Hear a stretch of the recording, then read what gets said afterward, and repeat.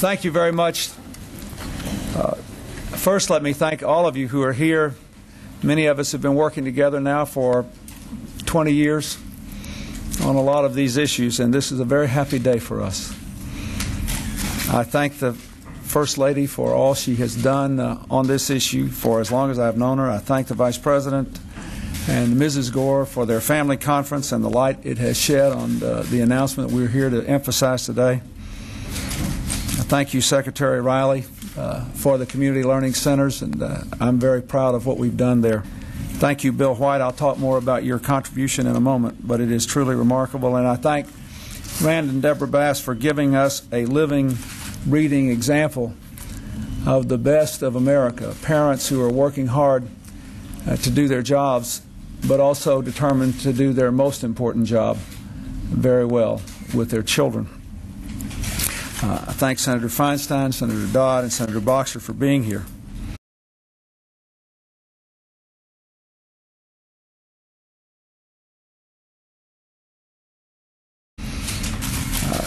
Tomorrow, in the State of the Union address, I will spell out what we seek to do on behalf of our children to prepare them for the 21st century. But I want to talk a little bit about education today and about this announcement in that context. Education must be our nation's highest priority. Last year in the State of the Union address, I set out a 10-point plan to move us forward and urged the American people to make sure that politics stops at the schoolhouse door. Well, we made a lot of progress on that 10-point plan. A remarkable array of initiatives to open the doors of college to every American who's willing to work for it. Strong progress toward high national standards in the basics. The America Reads Challenge to teach every 8-year-old to read.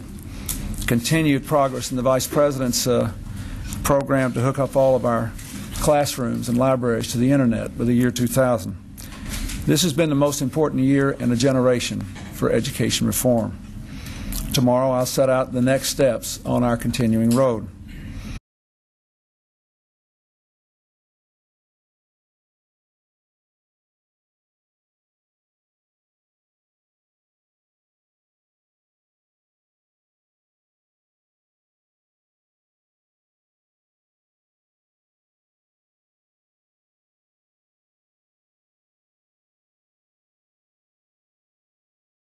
First, I will propose the first ever national effort to reduce class size in the early grades.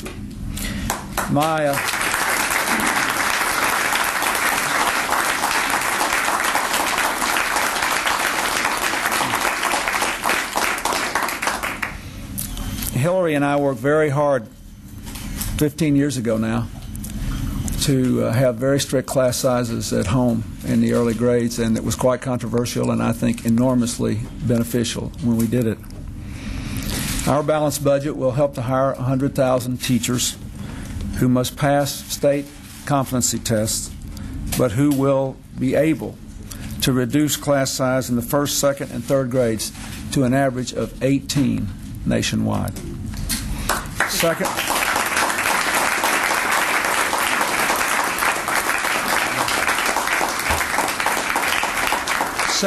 since there are more students and there will be more teachers, there must be more classrooms. So I will propose a school construction tax cut to help communities modernize and build new schools. Third, I will promote a national effort to help schools that follow the lead of the Chicago system in ending social promotion, but helping students with summer school and other programs to give them the tools they need to get ahead. All these steps will help our children get the future they deserve. And that's why what we're announcing here is so important as well. Every child needs someplace to go after school. With after-school programs, we can not only keep our kids healthy and happy and safe, we can help to teach them to say no to drugs, alcohol, and crime, yes to reading, sports, and computers. My balanced budget plan includes a national initiative to spark private sector and local community efforts to provide after-school care, as the Secretary of Education said, to 500,000 more children.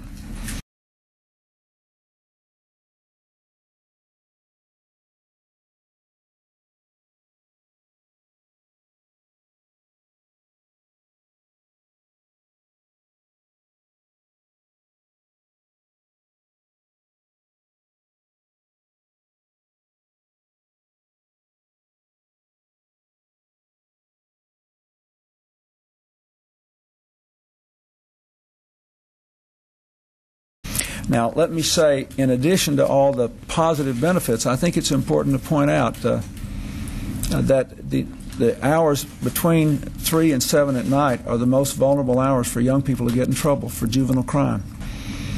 There is this sort of assumption that everybody that gets in trouble when they're young has just already been abandoned. That's not true. Most of the kids that get in trouble after school closes and before their parents get home from work. So in the adolescent years and the later years, it's profoundly important to try to give kids something to say yes to and something positive to do. But we can't do it alone. As I said, our plan involves a public-private partnership. So it's fallen to me to announce that our distinguished guest from the Mott Foundation of Flint, Michigan, has pledged up to $55 million to help ensure that after-school programs supported by federal funds are of the highest quality. That is an astonishing gift. Thank you, Bill White. Thank you.